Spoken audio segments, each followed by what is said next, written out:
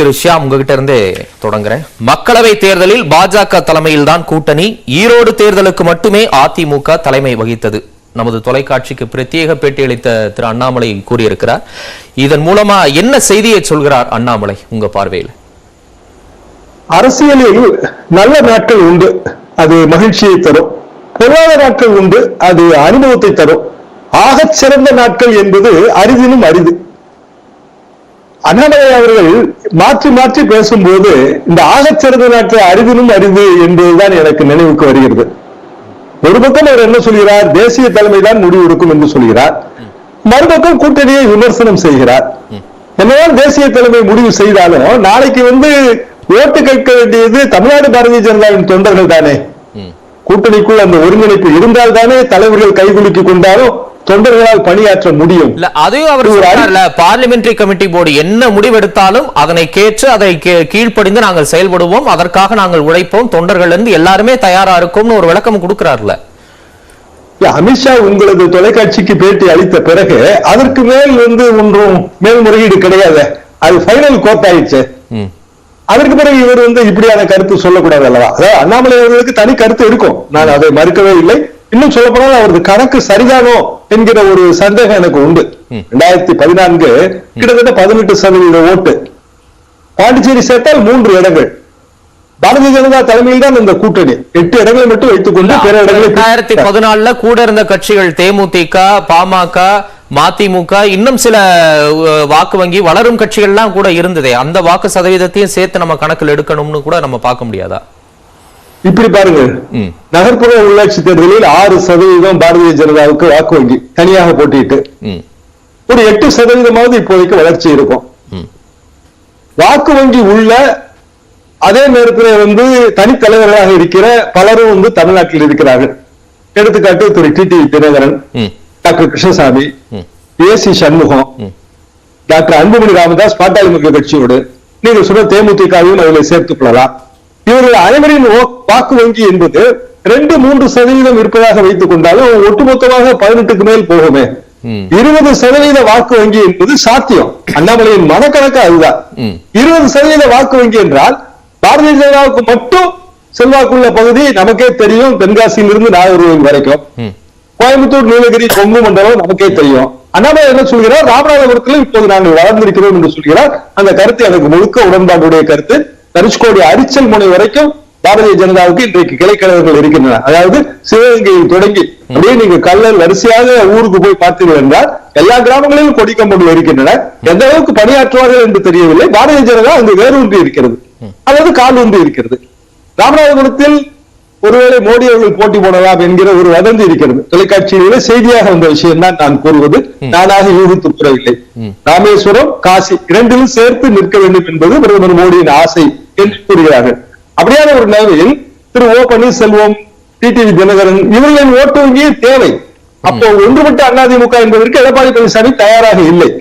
அப்படியான ஒரு சூழ்நிலையில் தான் அண்ணாமலை இந்த மாற்று யோசனையை வைக்கிறார். சரி, நான் இன்னொரு ப்ராபபிலிட்டி நம்ம பார்க்கலாமா? இப்ப நீங்க சொன்ன கட்சிகள், அவர்களுக்கு உண்டான வாக்கு வங்கிகள், அந்த வளரும் கட்சிகள் எல்லாம் பாஜகவோட பயணிக்கணும் அப்படின்னு நினைப்பாங்களா? இல்ல தமிழ்நாட்டோட பெரிய கட்சியா இருக்கக்கூடிய, பெரிய கட்சிகளில் ஒன்றாக இருக்கக்கூடிய அதிமுகவோட பயணிக்கணும் அப்படின்னு நினைப்பாங்களா? அவர்களுக்கான வாய்ப்பு தேர்வு என்பது எதுவா இருக்கும் இந்த இடத்துல? ஒரு பக்கம் அதிமுக பொதுச் செயலாளர் எடப்பாடி பழனிசாமி மெகா கூட்டணி அப்படிங்கிறதையும் அப்பப்ப சொல்லிட்டு வலியுறுத்திட்டு இருக்கிறார். எடப்பாடி பழனிசாமி அவர்கள் இப்போது பொதுச் செயலாளர் ஆகிவிட்டார். சட்டப்படியான நிலைமை அதுதான். பொதுச் செயலாளர் என்பது வெறும் தலைப்போ அல்லது பதவியின் பெயரோ அல்ல. அதற்கு ரெட்டையலிக்கு கையெழுத்து போடுகிற அந்த அங்கீகாரம் தேர்தல் ஆணையத்திலிருந்து வர வேண்டும். ஏ ஃபார்ம், பி ஃபார்ம் கையெழுத்து போட்டால்தான். 2017 இப்படி ஒருங்கிணைப்பாளர்கள் புதிதாக வந்த போது 2018 மே மாதம் வரைக்கும் தான் தேர்தல் ஆணையம் ஒப்புதல் கொடுத்தது. இப்போது அதே மாதிரி அவர்கள் காலதாமதம் செய்யலாம். நமது ஆளுநர் கூறியிருக்கிற கருத்தின்படி பார்த்தால் நிலுவையில் வைத்தாலே நிராகரிப்பதாகத்தான் பொருள். நீங்க ஒரு விஷயத்தை நிலுவையில் வைத்தால் நிராகரிப்பதாக பொருள். தேர்தல் ஆணையம் நிலுவையில் வைத்தால் நிராகரித்து விட்டது என்று நாம் பொருள் கொள்ள வேண்டியதா ஒரு புதிய வியாக்கியானம் இப்போதுதான் சேர்ந்திருக்கிறது.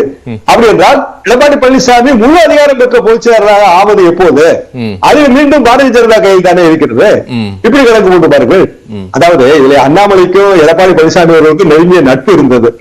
எனது மூத்த அண்ணன் என்றெல்லாம் கூட கூறியிருக்கிறார். ஈரோடு கிழக்கு தேர்தலுக்கு பிறகு அவருக்கு மனக்கிலேசம். மன விரிசல் ஏதோ இருக்கிறது, அது நன்றாகவே தெரிகிறது. காரணம், விரிசலை அதிகப்படுத்துகிற விஷயத்தை யார் செய்கிறார்? எடப்பாடி பழனிசாமி செய்யவில்லையே. அவர் பாரதிய ஜனதா கூட்டணி தொடர்கிறது என்றுதான் சொல்கிறார். ஓபிஎஸ் எடப்பாடி அவர்களும் பிரதமர் வரும்போது சந்திப்பதற்கு நேரம் கேட்டிருக்கிறார்கள். கொடுப்பார்களா என்று நமக்கு தெரியாது. ஆனால் அண்ணாமலை அவர்கள் அமித்ஷாவை பார்த்து விட்டு வந்தவர், அமித்ஷா அவர்களை பார்த்து விட்டு வந்து அமித்ஷா அவர்கள் உத்தர தொலைக்காட்சியில் பேட்டி கொடுத்த பிறகும் தொடர்ந்து இதுதானே கூறிக்கொண்டிருக்கிறார். ஒரே தொலைக்காட்சி, 2 தலைவர்களும் பேட்டி, 2 வெவ்வேறு விஷயங்கள். அரசியலில் ஆகச் சிறந்த நாட்கள் அரிதிலும் அரிது. சரி, தொடர்ந்து பேசலாம். திரு பொங்கலூர் மணிகண்டன், எப்படி பாக்குறீங்க திரு அண்ணாமலையுடைய கருத்தை? ஈரோடு கிழக்கு தேர்தலுக்கு மட்டுமே அதிமுக தலைமை வகித்தது. 2024 தேர்தல் பிரதமரை தேர்ந்தெடுக்கும் தேர்தல், எங்கள் தலைமையில் தான் தேசிய ஜனநாயக கூட்டணி அப்படிங்கறத அவர் சொல்லி இருக்கிறார். என்ன அர்த்தத்தை நீங்க புரிஞ்சுக்கிறீங்க? அண்ணன் சியாமர்கள் சொன்ன கருத்தை கருத்துமே. ஏன்னா மத்திய தலைமை ஒன்றை மிக தெளிவாக சொல்லிவிட்டது. சுப்ரீம் கோர்ட் சொன்ன முன்னாடி சாதாரண கீழ நீதிமன்றம் ஒரு கருத்து வச்சு எப்படி பொருந்தாதோ அதுபோல் தான் இதுங்க. மாநில தலைவர்கள், மாநில நிர்வாகிகள் ஆளாளுக்கு ஒரு கருத்து சொல்லும் போது அது சாதாரண நடைமுறையாக தான் பார்க்க முடியும். ஏன்னா தேர்தல் காலத்துல 2 கட்சிகளும் 2 கட்சி சேர்ந்த தொண்டர்களும் பணியாற்ற வேண்டிய பொறுப்பு இருக்காங்க. இப்பொழுது கடுமையான யோசனை வைத்துக் கொண்டு வேறுபட்ட பல்வேறு கருத்துக்களை சொல்லிக் கொண்டே இருந்தால் தேர்தல் நேரத்தில் வெளிப்பட்ட வேறு மாதிரியான முடிவுகளை வேற விதமா அதை சொல்லலாமா? திரு அமித்ஷா ஒரு கருத்தை சொல்லிட்டார், அதனால அண்ணாமலை உட்பட யார் என்ன கருத்தை சொன்னாலும் அது செல்லுபடியாகாதுங்கிற அர்த்தத்துல நீங்க சொல்றீங்க. இன்னொரு பக்கம் பார்க்கலாம், திரு அமித்ஷாவே சொல்லிவிட்டார், உறுதிப்படுத்தி விட்டார், ஆனாலும் திரு அண்ணாமலை இந்த மாதிரி கருத்துக்களை சொல்கிறார் அப்படின்னா அப்ப அவர் ஏதோ ஒரு விஷயம் அங்க உள்ள இருக்கு, அதனாலதான் அவர் இந்த கருத்தை சொல்றார் அப்படின்னு பார்க்க முடியாதா? இங்கே அதிமுக பொதுச் செயலர் அவர்கள் என்ன சொல்லுகிறார்களோ அதுதான் இறுதி முடிவு. அதே போல பாரதிய ஜனதா கட்சியை பொறுத்தவரை தேசிய தலைமை என்ன சொல்றதோ அதான் இறுதி முடிவு. அதற்கிடையில் வரக்கூடிய இது போன்ற சம்பவங்கள், பேச்சுகள் என்பது ஒரு தற்காலிகமான ஏதோ ஒரு காரணத்தோடு பேசக்கூடிய செயலாக பார்க்க முடியுங்க. இதுல போய் நம்ம கூட்டணி உறுதிப்படுத்துவது அல்லது கூட்டணி உறுதிப்படுத்துவது என்று சொல்ல முடியாது. இல்ல, சொல்லக்கூடியவர் நீங்க கூட்டணி வைத்திருக்கக்கூடிய கட்சியின் மாநில தலைவர், அதனால அதை ரொம்ப எளிமையா ஒரு நிர்வாகி சொல்லிட்டார், தனிப்பட்ட கருத்து அப்படின்னு கடந்து போக முடியுமா? இல்லைங்க, அந்த கட்சியில தேசிய மனநல தலைவி அக்கா வாந்தி சீனிவாசன், அண்ணன் நைனா நாகேந்திரன், ஐயா எச் ராஜா இவர் போன்ற மூத்த தலைவர்கள் கூட மிக தெளிவாக அதிமுக கூட்டணி சொன்னாங்க. கூட்டணி விரும்புகிறவர்கள் ஒத்துக்கொள்ள. அப்போ இரு வேறுபட்ட கருத்துகள் அங்கே இருப்பதை நாம் தெளிவாக பார்த்துக் கொண்டிருக்கிறோம். எனவே ஒரு கட்சிக்குள் பல்வேறு சங்கடங்கள் அல்லது பல்வேறு கருத்து வேறுபாடுகள் இருப்பது இயல்பு. அதிமுக கூட பாஜக வேண்டும் வேண்டாம் என்ற கருத்துக்கள் கூட நிறைவேறது உண்மைங்க. ஆனா இறுதியில் தலைமை என்ன முடிவெடுத்தாலும் அதை ஏற்றுக்கொண்டு செயல்படக்கூடிய நிகழ்வை தான் தொடர்ந்து பார்க்கறோம். அதுதான் நடக்குதுங்க. அதனால இப்ப அதிமுகவுடைய மிக முக்கியமான நிலைப்பாடுன்னு சொன்னா தமிழ்நாட்டில் திமுகவை தேர்தல் காலத்தில் தோற்கடிக்க வேண்டும். அதற்கு முன்வைக்கிற கட்சிகள் அனைத்தும் ஒற்றுமையாக செயல்பட வேண்டும் என்பதுதான். அதற்கு ஆகச்சிறந்த கூட்டணி எது என்பதை பொதுச்செயலாளர் முடிவு செய்வார் ஒன்று.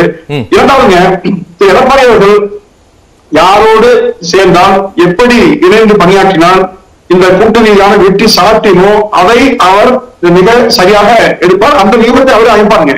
மிக தெளிவாக அதிமுக தலைவர் தான் கூட்டணி என்பதை அதிமுக தொடர்ந்து சொல்லிக் கொண்டிருக்கு. அது எந்த மாற்றம் இருக்காங்க. சரி, அப்ப மக்களவை தேர்தலில் எங்கள் தலைமையில் தான் கூட்டணி, தமிழ்நாட்டில் இருக்கும் கட்சிகள் பிராந்திய கட்சிகள் தான், நாங்கள் அதிகமாக போட்டியிடவில்லை என்றாலும் எங்கள் தலைமையில் தான் கூட்டணி, இந்த வார்த்தைகளை எப்படி புரிஞ்சுக்கலாம்? இல்ல, அது அவருடைய கருத்துங்க, அண்ணாமலையோட கருத்து. ஆனால் அதிமுக அதை ஒருபோதும் அவரோட கருத்து கிடையாது, தமிழ்நாடு பாஜகவினுடைய கருத்து. இல்ல, தமிழ்நாடு பாஜக சொல்வதை அப்படியே ஏற்றுக்கொண்டு அதிமுக தலைமையிலான கூட்டணி இல்லை, பாஜக தலைமையிலான கூட்டணி என்று தேசிய தலைமை அறிவிக்க வேண்டுங்க. அதுவரை நாம் இதை பொறுத்து தான் பார்க்க வேண்டும். ஏன்னா முரண்பாடான கருத்துக்காக பார்க்காம சுதந்திரமான கருத்துக்காக எடுத்துக்கொள்ள வேண்டும் என்பதுதான் உண்மை. கருத்தா நீங்க எடுத்துப்பீங்கன்னு எனக்கு புரியலையே. ஈரோடு கிழக்கு தேர்தல்ல அதுவரைக்கும் தமிழ்நாட்டினுடைய பெரிய கட்சி அதிமுக தான், அதிமுக தலைமையில் தான் தேசிய ஜனநாயக கூட்டணி தமிழகத்தில் இயங்கி வருகிறதுன்னு இதே திரு அண்ணாமலை பலமுறை சொல்லி இருக்கிறார். நீங்களும் அதை ஆமோதிச்சு நம்ம விவாதங்கள்லயும் பேசி இருக்கிறீங்க. இப்ப பேசும்போது அது ஒரு தனிப்பட்ட கருத்து, அதுல இருந்து ஒதுங்கி நிக்கிறீங்கன்னா அது எப்படி, என்ன அர்த்தம்?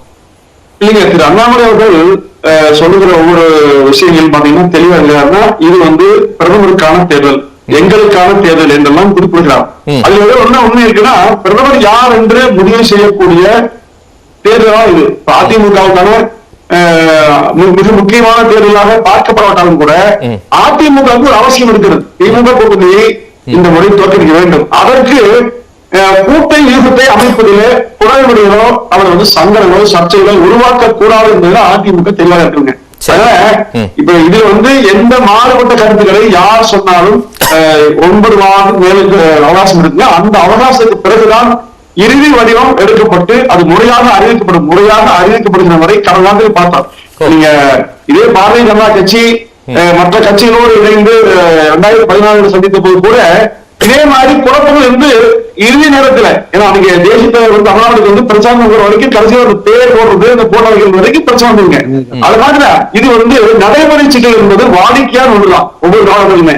இதை வைத்துக் கொண்டு எந்த யோகத்துக்கும் வர முடியாது. எடப்பாடியார் இந்த தேர்தலில் சரியான வீதத்தை சொல்லக்கூடிய 2014 வெற்றி விகிதத்தின்படி பார்த்தாலும் திரு பொன் ராதாகிருஷ்ணனுக்கோ திரு அன்புமணி ராமதாஸ்கோ தனிப்பட்ட செல்வாக்கு அந்தந்த பகுதிகளில் இருந்தது. அதை கடந்த காலங்களிலேயே அவங்க தனித்து நின்று நிரூபிச்சிருந்தாங்க. அப்ப அதற்கான ஒரு வெற்றியாவும் நம்ம பார்க்கணும் அப்படிங்கிற ஒரு பார்வையை வைக்கிறாங்கல்ல.